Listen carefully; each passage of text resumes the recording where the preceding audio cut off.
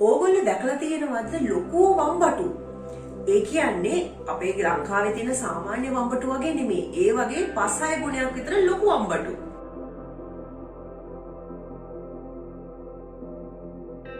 Hi friends, welcome to Amazing Sundar India. Amazing Sundar India channel එකේ මගේ videos දිගටම බලන්න, subscribe, like, share කරන්න බොහොම ස්තුතියි.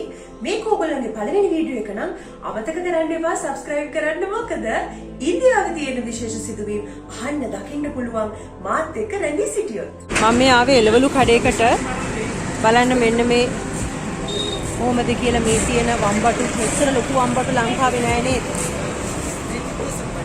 ඉතින් අපි ගන්න හදන්නේ මෙන්න මේ වම්බටු එක. අලු පාට. දැන් ඔයගොල්ලෝ හිතනවා ඇතිනේ දැන් මේක ඔහේ ඉන්දියාවේ තිබ්බට ලංකාවේ නැත්තම් ඉතින් මේක බලලා වැඩක් නැහැ කියලා. එහෙම හිතන්න එපා. අපි ලංකාවේ ඉන්නකොට මේ මං අද කියලා දෙන කරිය හදලා තියෙනවා. ඕගොල්ලන්ට කරන්න තියෙන්නේ ලංකාවේ දිග වම්බටු තියෙනවා. එයින් 4ක් විතර අරගෙන මේ වෙනුවට සබ්ස්ටිටියුට් කරගන්නයි තියෙන්නේ. ප්‍රොසෙස් එක ඉතින් සේම්. දැන් මේ අපි අරන් ආපු වම්බටු ගෙඩියෙන් හදන ඩිෂ් එකේ නම මොකද්ද?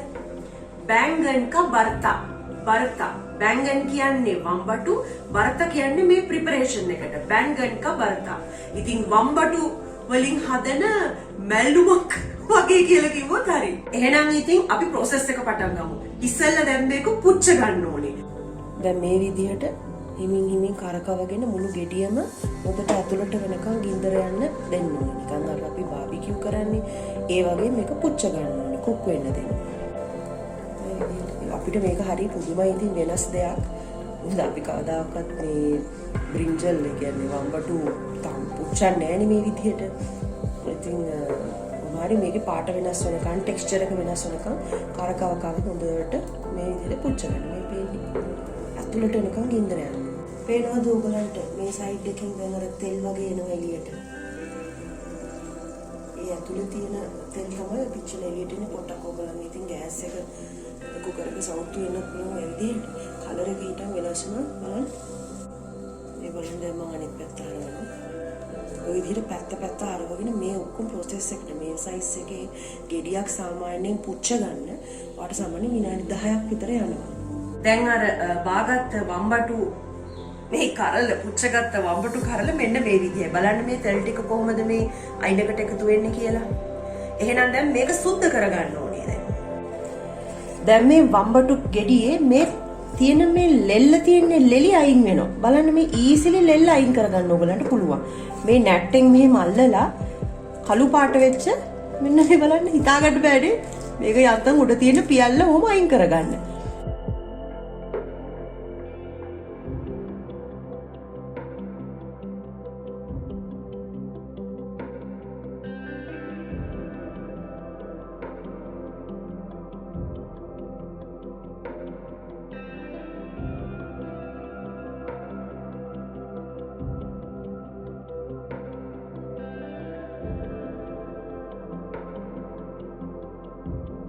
දැන් මේ චූටි පේන ඒවා තියෙනවනේ. ඒවච්චර ගණන් ගන්න එපා. පොඩ්ඩක් ඉතින් ඒකක් ඇවුනට අවුලක් වෙන්නේ නැහැ.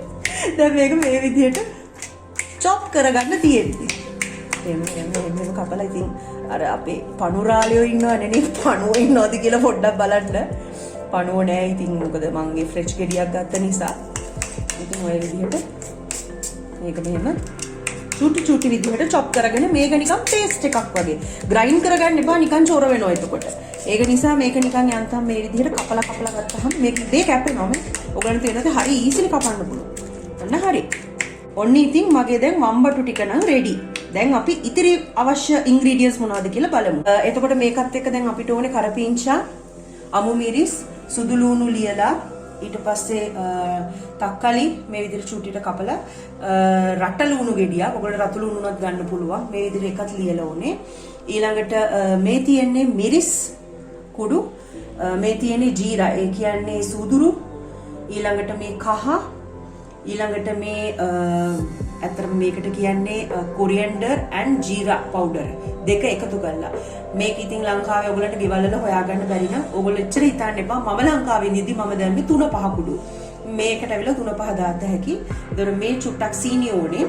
සීනි ඇට ටිකක් විතර.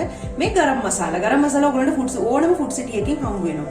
ඊට අමතරව අපිට ඕනේ මේ තියෙන සියඹල මම වතුරට දාලා පොඩ්ඩක් දිය කරලා තියෙන්නේ. මේ වෝටරි ජූස් එක තමයි අපිට ඇඩ් කරන්න ඕනේ.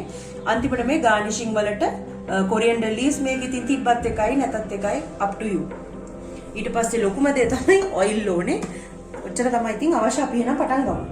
තෙල් සාමාන්‍යයෙන් මේ ප්‍රමාණය ඇති. අර හිම් කියන්නේ ඇසෆොටිඩා. ඉතින් ඒව ලංකාවේ ඊසිලි හැම ගෙදරකම හොයාගන්න බැරි නිසා මම ඕගලන්ට ඒක දාන්නෙත් නෑ. මොකද හේතුව ගම්වල ඉන්න කට්ටියට ඕක ගන්න ඉතින් පිටකොට වෙන්න බෑනේ. ඉතින් ඒක නිසා අපි ලංකාවේ හදන්න පුළුවන් විදිහට බරත තමයි දැන් මම මේ හදන්නේ. එතකොට දැන් තෙල් ටික රත් වෙලා තියෙන්නේ. මම මේ සූදුරු ඇට ටික දාගන්නවා. මේ බලන්න. මෙච්චර විතර ඔන්න දාගත්තා.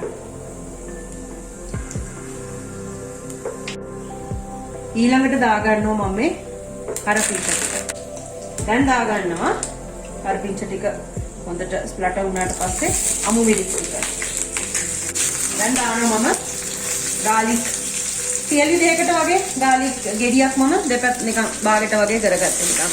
කටට අහු වෙන්න තියෙන්න ඕනේ මේක. වෙලා යන්නේ නැහැ. දැන් ඉතින් එකක් හරි. මේ බලන්න ඔයගොල්ලෝ පේනවා ඇතිනේ. හොඳට කුක් වෙලා තියෙන්නේ. හරි. දැන් දාමු අපි මේ ලුණු ටික. ඒක හොඳට දාගන්න. මම පොඩ්ඩක් ගෑස් අඩු කරනවා. ගෑස් එකේ ෆ්ලේම් එක. තෙල් ටික දුක් ගාලා ගිහලා ආයෙත් තෙල් දාන්න වෙනවා.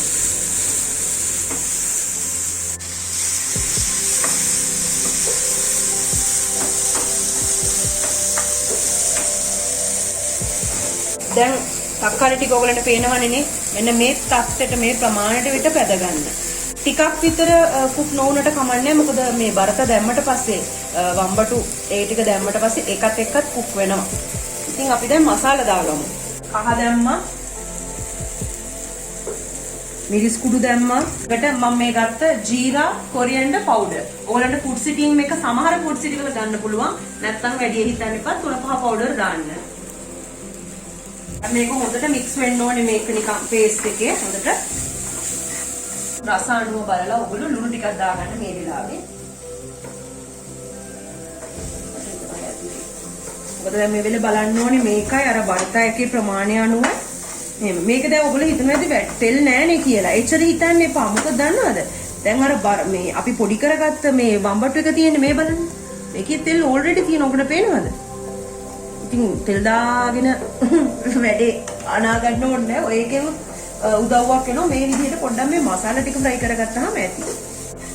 මේ වෙලාවේ සීනි චුට්ටකුත් දාන්න. මෙන්න මෙච්චර විතර තිබ්බාම ඇති ඇත්තට නෑ යන්තම්. තාම ඇති. දැන් මම මේ බර්තා එක දානවා. මේ දැන් අර තෙල් ටික වගේ බේරිච්ච ටිකත් එක්ක ඔක්කොම මම හොඳට අයින් කරලා දාන්න. ඔයගොල්ලෝ වලදී අයියෝ අර මේ පිච්චිච්ච කළු ටිකක් දානවානි කියලා. ඒකත් අවුලක් නෑ. ඒ ටිකක් දාන්න. මේ බලන්න. ඔක්කොම මම මේ තෙල් ටික යටට දාගන්නවා. තෙල් වේස්ට් කරන්න එපා. දැන් අර මසාලා එකයි මේකයි දෙකම ඔක්කොම මික්ස් කරගන්න හොඳට.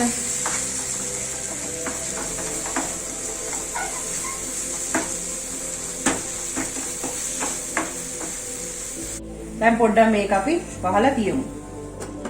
විනාඩි 5ක් වහලා තිබ්බනම් ඇති. ඔයගලන්ට මතක ඇති මගේ සාම්බාර් වීඩියෝ එකේ කොහොමද අපි සියඹලා මෙහි යූස් කරන්නේ. ඒ විදිහට සියඹලා වතුර හදන්න ඕනේ. දැන් මේක මම සාමාන්‍යයෙන් විනාඩි 15ක් 20ක් විතර වතුරේ තියලා තියෙන්නේ. මේ ඇට සුද්ධ කරගෙන ඇටයි ඊට පස්සේ අර පොතුයි සුද්ධ කරලා මේ අර ජූස් එක තමයි මට දැන් අවශ්‍ය. ඉතින් මම හොඳට මේක පොඩි කරගෙන මේකේ ජූස් එකක් හදාගන්නවා. ඒක තමයි අරකට අපි ඇඩ් කරගන්න ඕනේ.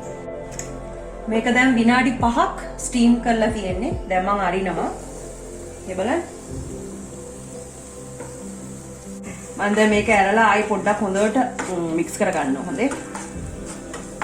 බලන්නකෝ. මික්ස් කරගෙන දැන් මම දානවා අර සියඹල ටික. දැන් මාගාව ඇත්තටම මම අර හිතේ මානෙට දාගත්තට වැඩි. මේක දාගත්තොත් හොඳටම ඇඹුල වෙනවා. ඉතින් එච්චර දාන්න එපා. හිතලා බලලා හැඳි දෙකක් විතර දාගත්තාම ඇති. මේ බලන්න මම දාන ප්‍රමාණය මේ මුළු ඔක්කොටම මම උගලන්ට හැන්දකින් පෙන්නන්නම්.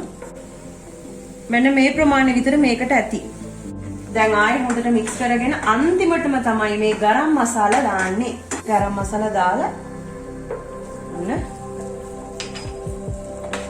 දැන් මම හොඳට ගරම් මසාලා ඔක්කොම හොඳට මික්ස් කරලා ෆුල් එකේ ෆ්‍රයි කරගන්නවා. මේ මම ගෑස් එක ෆුල් කරගත්තා. මේ වෙලාවේ මම අර කොත්තමල්ලි එක කපලා දාගන්නවා. දැන් ආයි හොඳට අර දාපු කොත්තමල්ලි එකත් එක දාන්න. ඇත්තටම මේ කොත්තමල්ලි දැම්මහම වෙනම රසක් එනවා. ලංකාවේ සමහරක් අයට කොත්තමල්ලි දිරවන්නේ නැහැ. ඒගොල්ලෝ කැමති නැහැ. ඒ වුණාට මට නම් ඇත්තටම අර මැදින් කොත්තමල්ලි හැපෙනකොට හරි රසයි. ඉතින් මම මේ ආයි ෆුල් එකේ දැන් අර කොත්තමල්ලි අරකට එක මික්ස් කරගත්තා. මේ එතකොට ඒකේ හොඳට දැවටිලා එනවා. ඕගලන්ට මේ වෙනුවට ඉතින් වෙන දාන්න කියන්න ශාකයක් මට කියන්න විදියක් නැහැ. මොකෝ මුකුණු වෙන්න දාන්නේ නැද්ද? දැන් හරි. මං ඉතින් කන්නේ රොටිත් එක්කනේ. රොටි එක කාලා බලමුකෝනේ.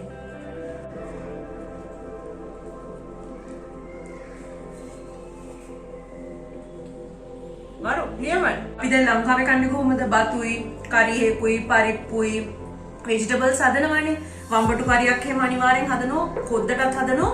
අපි හින්දලත් හදනවා. ඒ හින්දන හදන විදියට මේක හදන්න පුළුවන් ඕගලන්ට.